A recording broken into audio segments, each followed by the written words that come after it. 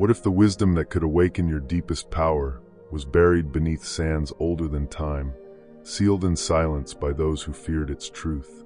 Long before the rise of organized religion, before temples became monuments and gods became myths, there was Isis. Not just a goddess, but the embodiment of divine intelligence, sacred femininity, and regenerative power. To the ancient Egyptians, Isis was more than a deity. She was the cosmic womb, the great healer, the one who knew the secret names of gods and men alike. She who brought Osiris back from death. She who taught humanity how to speak the language of stars, symbols, and spirit. And yet, her teachings have been fractured, scattered across forgotten scrolls and hieroglyphs, misinterpreted through colonial eyes and patriarchal pens. What survived was not her voice, but a whisper. Not her power, but a shadow. What remains today are fragments, hidden in myth, locked in esoteric circles, or diluted into vague archetypes. But now, we begin the sacred work of remembering. In this video, we'll peel back the veil on the lost teachings of the Egyptian goddess Isis, exploring how her mysteries transcend time, offering insight not only into the nature of reality, but into the untapped dimensions of your own consciousness.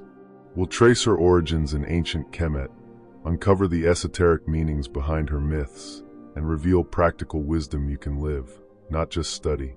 This is not just a historical exploration. This is an invocation, a reawakening. Because Isis is not gone. She sleeps within memory, within intuition, within the sacred feminine rising in this very age of awakening. So who is Isis really? What did she teach, and why was it hidden? And most importantly, what would happen if you remembered? To understand the lost teachings of Isis, we must first journey back, not just through time, but through consciousness.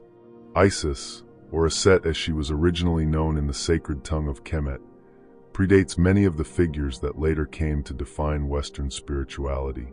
She is not a derivative of later goddesses, she is the prototype, the blueprint, the primordial mother whose wisdom seeded not only Egypt, but much of the esoteric traditions that would ripple across the ancient world. In the temples of Philae and Dendera, her name was whispered as a living force, not merely a mythological character, but a divine principle. She was the Lady of 10,000 names, symbolizing her multidimensionality, goddess of magic, of healing, of rebirth, of sovereignty, of celestial navigation. But above all, Isis was the keeper of sacred knowledge, hidden knowledge.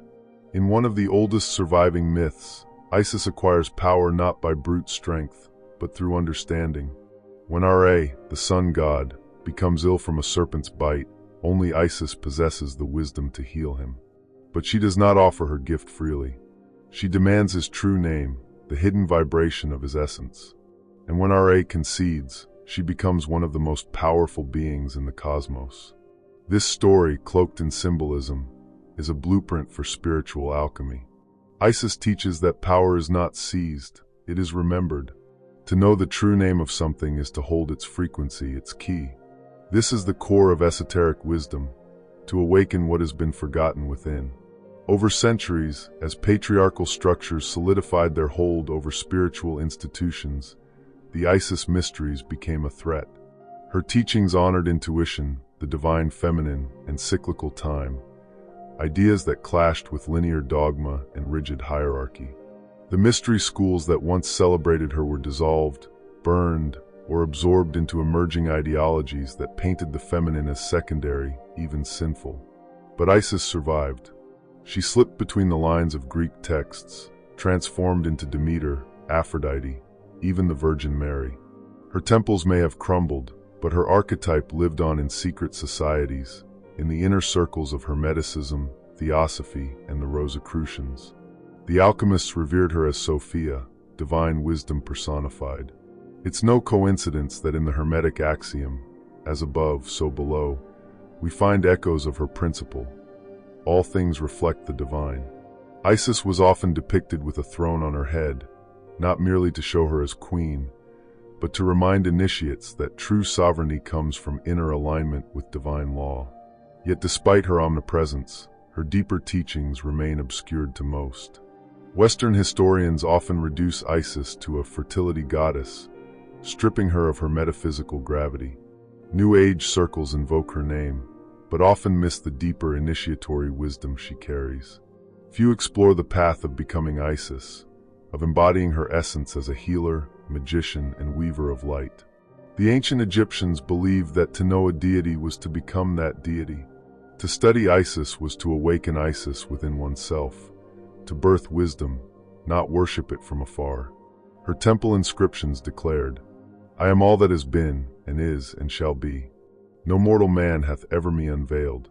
This is not simply a poetic riddle, it's a challenge, a doorway, an invitation to step beyond the veil and remember what modernity has taught us to forget, that the divine is not outside of us, but lives within every breath, every intuition, every whisper in the silence. Isis is not gone. She waits behind the veil, watching, remembering, until you are ready to do the same. So what exactly were the teachings of Isis? What knowledge was considered so sacred, so potent, that it had to be hidden behind layers of myth, guarded by symbols, and eventually buried beneath the sands of history?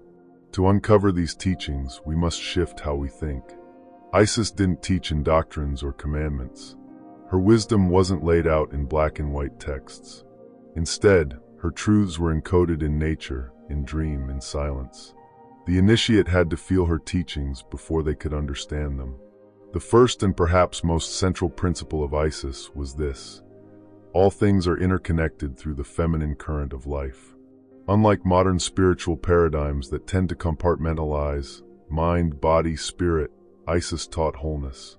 In her mysteries, the material world was not a distraction from the divine, it was a reflection of it.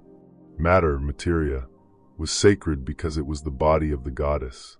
Every tree, every grain of sand, every pulse of breath, these were the visible fingerprints of the invisible. This is why Isis was also called the mother of all living things, and she who gives birth to the heavens. Her domain was not just fertility in the physical sense, it was creation itself. In this view, the feminine isn't limited to gender, it's a metaphysical principle. The force of intuition, the womb of silence where inspiration gestates, the power to nourish and restore. Isis was not simply a nurturer, she was a magician, a sorceress of divine will, a weaver of the threads that bind reality. One of her most profound mysteries involved resurrection. In the myth of Osiris, her beloved is murdered and dismembered, his body scattered across Egypt. Isis travels the land, collecting the fragments of his being. Piece by piece, she reassembles him. And then, using her breath, her magic, her love, she revives him. She resurrects the divine masculine, so that he may seed new life. This myth is more than allegory. It encodes a deeper metaphysical teaching, that we are all dismembered, split between the sacred and the mundane, the rational and the intuitive, the spiritual and the material. And only through the inner feminine principle, through Isis, can we become whole again. To walk the path of Isis is to undertake this very process, to recognize the scattered parts of our soul, to seek them out with devotion, and to weave them together with compassion until we become integrated, resurrected. Another hidden teaching of Isis is the power of the spoken word, or what the ancients called Heka, sacred speech. Isis was said to know the true names of the gods and the vibrational codes that held the universe together. Her spells were not mere incantations, they were resonant commands, aligning language with the frequency of creation. She understood that words shape worlds, that intention fused with vibration could alter reality itself. This is why the initiates of her temple underwent years of purification and silence before being allowed to speak her chants. They had to unlearn the noise of the outer world before they could awaken the voice of the inner one. And yet, perhaps her most quietly radical teaching was this: knowledge is earned through devotion, not domination. In a world increasingly obsessed with control, Isis taught surrender. To receive her wisdom, one had to listen, not just to her voice, but to the silence beneath it, to nature, to symbols, to dreams. She taught that true power comes not from conquering the outer world, but from aligning with the inner rhythms of the cosmos. This is why her teachings remain elusive to those who seek them with pride or haste. Isis does not reveal her mysteries to the curious, but to the committed. Her path is not quick nor easy, but for those who walk it with patience and reverence, she offers a gift beyond measure, the restoration of divine memory, the remembrance of who you truly are. To go deeper into the mysteries of Isis is to step into a dimension where myth becomes map, where each symbol, each story, each title given to her is a cipher for the divine workings of reality. Isis was known by many names, each one a key to a different doorway of wisdom. She was called a Set, meaning throne, in ancient Egyptian. But this wasn't merely a symbol of royal power, it was a profound metaphysical truth. The throne is that upon which kings sit. It is the foundation of divine rule. In deeper interpretation, Isis is the seat of consciousness itself, the feminine force that supports and empowers the sacred masculine to realize its full potential. Without her, the throne is empty. Power without wisdom becomes tyranny. She was also known as She of 10,000 Names, a recognition that the divine feminine cannot be confined. She is the moon and the morning star, the sea and the sky, the grieving widow and the resurrecting mother. She is the intellect cloaked in mystery, and the mystery that transcends intellect. She is everything, and yet beyond all things. One of the most potent esoteric lessons hidden within Isis's mythos is the union of opposites. In the Hermetic tradition, deeply influenced by Egyptian wisdom, this concept is called coincidentia oppositorum, the reconciliation of seeming contradictions. Isis embodies this perfectly. She is at once virgin and mother, queen and servant, healer and destroyer. She does not resolve paradoxes by eliminating them. She holds them together until something greater emerges. This is the sacred feminine way, not to force resolution, but to contain polarity until transformation happens. This principle is seen most clearly in her ritual of reassembling Osiris. She doesn't reject the broken pieces. She doesn't run from the corpse. She gathers. She holds. She loves the scattered parts into wholeness. This process mirrors the inner alchemy that initiates of her mysteries would undergo, the sacred marriage of inner masculine and feminine, light and shadow, reason and intuition. Only when the opposites were united within could the initiate embody divine consciousness. Let us now speak of perhaps the most guarded secret of Isis, the power of the inner womb.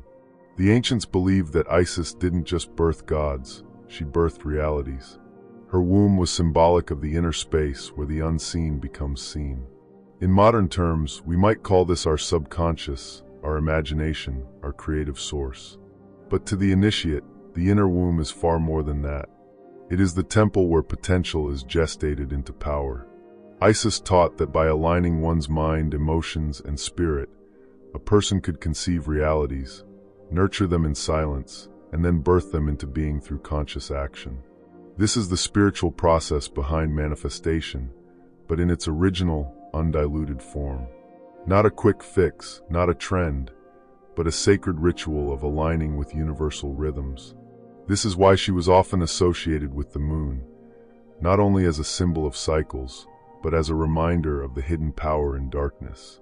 Just as a child grows in the dark of the womb and seeds sprout in the unseen soil, Isis's teachings remind us that transformation happens not in the spotlight, but in the quiet, sacred spaces of inner work. But why then were her teachings lost? Why did the wisdom of Isis vanish from temples, disappear from schools, and dissolve into the mythologies of time? The answer, like Isis herself, is layered. Some say it was the rise of patriarchal empires, systems that feared the power of the divine feminine, that sought to dominate nature rather than collaborate with it. Others say it was the fault of time itself, that as humanity turned outward, building cities and empires, we forgot the language of symbols, of silence, of sacred inner knowing. But perhaps the most haunting reason is this: her wisdom was never truly lost. It was hidden, waiting not for discovery, but for remembrance. She is not gone. She is veiled, and she waits for those who are ready, not to worship her, but to become her, to awaken the Isis within, to walk the world as a living temple, to carry the sacred in every thought, every word, every breath. Now that we've wandered through the sacred corridors of Isis's mysteries, one truth becomes clear. This isn't merely ancient mythology. It's a living, breathing spiritual technology. The lost teachings of Isis were never meant to be admired from a distance. They are to be practiced, embodied, and lived. To begin, we must cultivate what the ancients called the inner temple. Isis taught that the sacred is not something we must chase. It already lives within us. A simple morning ritual can open the door to this awareness. Before the world rushes in, sit in silence. Close your eyes and visualize a golden light hovering just above your head. This light is the divine source. As you breathe slowly and deeply, imagine the light descending through your crown and filling your entire being. Let it settle in your heart. Then speak a quiet affirmation, a mantra that awakens the soul. I am the womb of light. I receive. I create. I become. In doing so, you open yourself to Isis's path, not through force, but through sacred alignment. But Isis's path is not just about light, it is about wholeness. One of her deepest mysteries lies in the myth of Osiris, her beloved, whose body was scattered and whom she reassembled through love and devotion. This myth is not about gods. It is about us. We too are scattered. We carry fragments of ourselves, memories, regrets, wounds we try to forget. And so, in the spirit of Isis, we must become gatherers of our own brokenness. Instead of running from shame or grief, we sit with it. We write to it. We ask it what it needs. In this practice of witnessing without judgment, healing begins.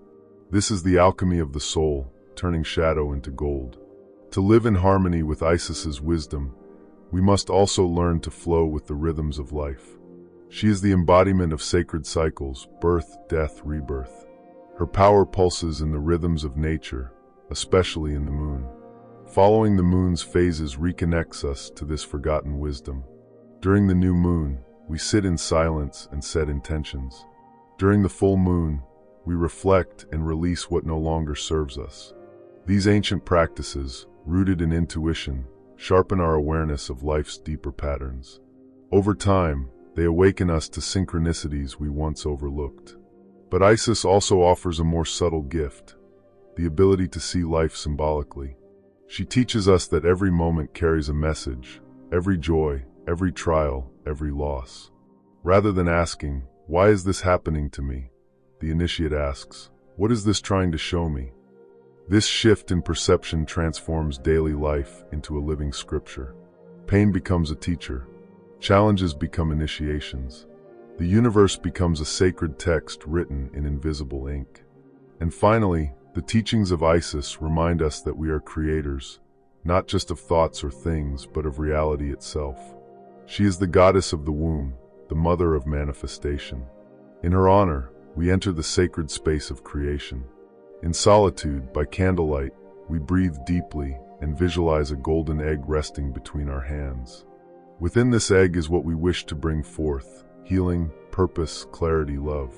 We don't force it. We feel it. We nourish it with emotion. And then we release it, not with desperation, but with sacred trust. This is not superstition. This is divine technology. It is how the ancient priestesses worked in silence, shaping the invisible so that the visible might transform. And this is the ultimate truth of Isis's legacy. She does not ask for dogma. She does not demand worship. She invites remembrance, a return to what is sacred, a reclamation of our divine intelligence. Her rituals may be simple, but when done with devotion, their power is immeasurable. We don't need temples of stone. We are the temple, and she, Isis, lives within. The lost teachings of the Egyptian goddess Isis are not merely fragments of myth or echoes from a forgotten past. They are a living blueprint, a sacred mirror reflecting back to us what we have always been but were trained to forget. As we've explored her mysteries, something stirs in the soul, like the flicker of a long-forgotten flame suddenly reigniting. Isis was never just a goddess of Egypt. She is the archetype of divine wisdom, of sacred feminine power, of the eternal cycle that governs both the cosmos and the human spirit. Her stories are not about ancient temples and distant lands. They are about us, about the parts of ourselves we've buried, the truths we've silenced, the magic we've traded for certainty. She teaches us to see with inner sight, to feel the sacredness pulsing beneath the mundane, to resurrect what we thought was lost. And perhaps that is her greatest secret. Nothing is ever truly lost. Not knowledge, not power, not the soul. All things can be remembered, reclaimed, reborn. In a world drowning in noise, distraction, and disconnection, Isis calls us inward, not to escape reality but to re-enchant it, to see life not as chaos, but as a coded dream, a riddle we are meant to solve from within. Her voice is not loud, but it is constant, whispering to those with ears to hear, return, remember, reclaim who you are. So the question now is not whether Isis's teachings have been lost. The question is, are we ready to find them again? Let this not be the end, but the beginning of a new journey, a deeper path, a sacred remembering. If this awakens something within you, if you felt the call of forgotten wisdom, then share this with those who walk the path with open hearts. Comment below what resonated most with you. And if you're ready to keep diving into ancient truths and timeless mysteries, subscribe and walk this journey with us. The ancient voices are rising again. Will you listen?